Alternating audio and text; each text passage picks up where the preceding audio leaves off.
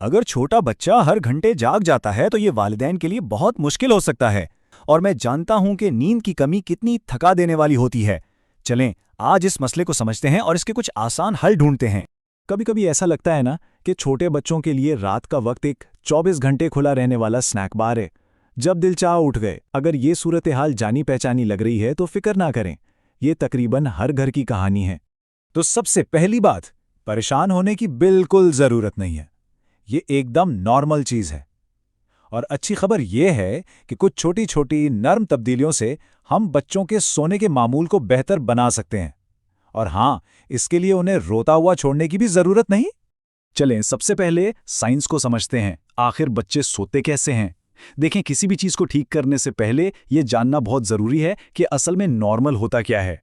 तो यहाँ देखें, शुरू के 2 महीनों में बच्चे आमतौर पर हर 2 से 3 घंटे में जागते हैं। फिर 2 से 3 महीने की उम्र तक ये वक्फा बढ़कर 3 से 5 घंटे तक हो सकता है। और करीब 4 से 6 महीने तक पहुँचते पहुँचते अगर उनका पेट ठीक से भरा हो तो वो 5 से 8 घंटे भी सो सकते हैं। तो ये बात जहन में रखें, आपका बच्चा बैड स्लीपर नहीं है, वो बस एक नॉर्मल बच्चा है। अच्छा, अब एक ऐसी चीज़ पर आते हैं जिसे अक्सर लोग नज़रअंदाज कर देते हैं। पता है क्या? बेहतर रातों की बुनियाद दरअसल दिन में रखी जाती है। आए देखते हैं कि ये कैसे होता है। छोटे बच्चों को शुरू में दिन और रात का फर्क नहीं पता होता है। इस कन्फ्यूजन को दूर करने का सबसे आसान तरीका यह है कि दिन के वक्त घर में रोशनी रखें, आम घर की आवाज़ें होने दें, थोड़ी एक्टिविटीज़ हों। और रात को बिल्कुल उसके उलट, अंधेरा, खामोशी।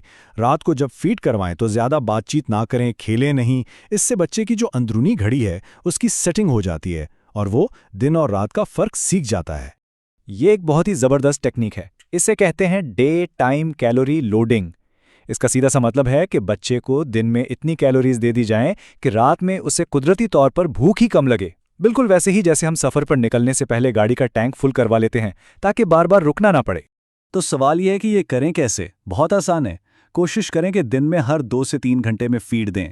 दिन में बच्चे को 2 घंटे से ज़्यादा की नैप ना लेने दें और हर फीड में दोनों तरफ से दूध पिलाने की कोशिश करें। सीधी सी बात है, जो बच्चा दिन में पेट भरकर खाता है वो रात को आराम से सोता है। अब एक और कॉन्सेप्ट है जो पूरी गेम बदल सकता है। इसे कहते हैं वेक विंडोज। ये वो वक्त होता है जो बच्चा 2 नींदों के दरमियान जागकर गुजारता है। अगर बच्चा इस विंडो से ज़्यादा देर जागता रहे तो वो ओवरटायर्ड हो जाता है। और मज़े की बात यह है कि बहुत ज़्यादा थका हुआ बच्चा अच्छी नींद सोने के बजाय और ज़्यादा परेशान होता है और बार बार जागता है। तो बच्चे के इशारों को समझना बहुत ज़रूरी है। जब वो थक जाता है तो उसकी भवें सुर्ख हो सकती हैं, वो आंखें मलने लगता है या जमाइयाँ लेता है। जैसे ही ये इशारे नजर आएं, बस समझ जाएं कि अब सोने का टाइम हो गया है। वो जिद नहीं कर रहा होता, बस वो बहुत थक चुका होता है। ठीक है, तो दिन का रूटीन तो सेट हो गया। अब आते हैं शाम की तरफ। रात को सुलाने से पहले एक सुकून वाला मुस्तकिल रूटीन बनाना बहुत ज़रूरी है। ये बच्चे को सिग्नल देता है कि अब सोने का वक्त हो रहा है। हर रात कोशिश करें कि एक जैसा रूटीन फॉलो हो, जैसे हल्के गर्म पानी से जिस्म साफ करना, फिर हल्का सा मसाज, कमरे की लाइट्स डिम कर दें, कोई हल्की सी मौसीकी लगा दें और आखिर में फीड। इसमें सबसे अहम चीज़ है कंसिस्टेंसी, यानी मुस्तकिल मिजाजी। याद रखें, बच्चे हमारी बातें नहीं समझते, वो हमारे एक्शंस और पैटर्न्स को समझते हैं। अगर बच्चा 6 हफ्ते से बड़ा है तो एक और चीज़ ट्राई की जा सकती है। रात को अपने सोने से पहले करीबन 10:30 से 11 बजे के बीच बच्चे को एक और फीड दें। इसको ड्रीम फीड कहते हैं। इससे ये होता है कि बच्चा रात के शुरू वाले हिस्से में आराम से सोया रहता है। इससे आप सोने से पहले का आखिरी टॉपअप समझ लें। लेकिन कभी कभी ऐसा होता है कि हम सब कुछ ठीक कर रहे होते हैं, फिर भी बच्चा आराम से नहीं सोता। ऐसा क्यों होता है? चलें, अब उन छुपे हुए नींद के चोरों को पकड़ते हैं जो मसला कर रहे होते हैं। ये बहुत अहम बात है। अक्सर रात को बच्चे के जागने की सबसे बड़ी वजह भूख नहीं होती, बल्कि गैस होती है। जी हाँ, वालिदैन समझते हैं कि बच्चा बेचैन है तो शायद भूखा है, जबकि अक्सर मसला पेट में फंसी हुई हवा का होता है। तो इसका हल क्या है? हमेशा फीड के बाद बच्चे को अच्छी तरह डिकार दिलवाएं। इसे 10 से 15 मिनट तक सीधा पकड़ कर रखें। अलग अलग तरीके आजमा सकते हैं, कंधे पर रखकर या गोद में बिठाकर, जैसे भी बच्चा आराम से डिकार ले लें। अब बात करते हैं सोने की जगह की। माहौल का आरामदेह होना बहुत ज़रूरी है।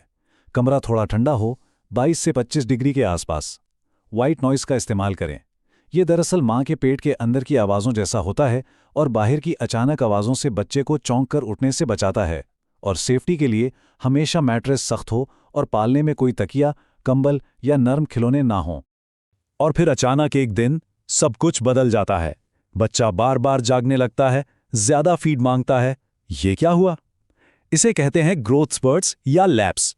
ये वो वक्त होता है जब बच्चे का जिस्म और दिमाग तेजी से बढ़ रहे होते हैं। परेशान ना हो, ये बिल्कुल नॉर्मल है और ये सिर्फ चंद दिनों की बात होती है। ये आमतौर पर 5वीं, 8वीं, 12वीं, 19वीं और 26वें हफ्ते के आसपास होता है। इन हफ्तों के बारे में पहले से जानना आपको ज़हनी तौर पर तैयार रखता है। आपको पता होता है कि ये बस एक फेज़ है जो गुजर जाएगा। तो इस एक जुमले को हमेशा याद रखें। बच्चा पीछे नहीं जा रहा, वो आगे बढ़ रहा है। उसकी नींद में ये जो खलल है ना, ये दरअसल इसकी तरक्की, उसकी डेवलपमेंट की निशानी है। चलें अब एक आखिरी बोनस टिप। अक्सर बच्चे फीड लेते लेते सो जाते हैं। इस आदत की वजह से वो रात में जब भी हल्का सा जागते हैं तो उन्हें दोबारा सोने के लिए फीड चाहिए होती है। इस आदत को बदलने में वक्त लगता है, लेकिन आहिस्ता आहिस्ता फीड को नींद से अलग करने की कोशिश करें। फीड करवाएं, फिर थोड़ा खेलें और फिर सुलाएं। आखिर में ये बात समझ लें कि बच्चे का बार बार जागना किसी की गलती नहीं है। ना बच्चा खराब है और ना ही आप कुछ गलत कर रहे हैं। बस थोड़ा सा सब्र और कुछ छोटी छोटी तब्दीलियों से चीज़ें बेहतर हो जाती हैं। तो आज इन सब बातों में से कौन सी ऐसी एक छोटी सी चीज़ है जिसे आजमाया जा सकता है? याद रखें, आप एक बहुत ज़बरदस्त काम कर रहे हैं।